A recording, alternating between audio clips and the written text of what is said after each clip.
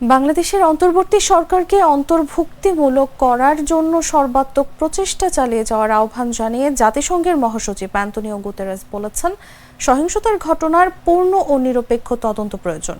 মঙ্গলবার নিউ ইয়র্কে এক বিবৃতিতে জাতিসংঘ মহাসচিবের মুখপাত্র স্টিফেন ডুজারিক বলেন, বাংলাদেশ যখন সংসদ নির্বাচনের দিকে এগোচ্ছে, অন্তর্বর্তী সরকারকে আগামী সপ্তাহগুলোতে নারী, যুবক এবং জনগণের পাশাপাশি সংখ্যালঘু ও আদিবাসী সম্প্রদায়ের কণ্ঠস্বরকে বিবেচনায় নেওয়া উচিত বলে মনে করি। জাতিসংঘের মহাসচিব অ্যান্তোনিও গুতেরেস বাংলাদেশের শান্তিপূর্ণ ও সংসদ নির্বাচন আয়োজনে অন্তর্বর্তী সরকারের প্রচেষ্টাকে স্বাগত জানিয়েছেন।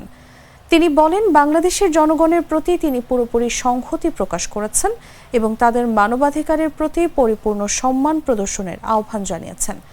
সব ধরনের সহিংস কর্মকাণ্ডের জন্য একটি পূর্ণ, স্বাধীন, নিরপেক্ষ এবং স্বচ্ছ তদন্তের প্রয়োজনীয়তার উপর জোর দেন অ্যান্তোনিও গুতেরেস।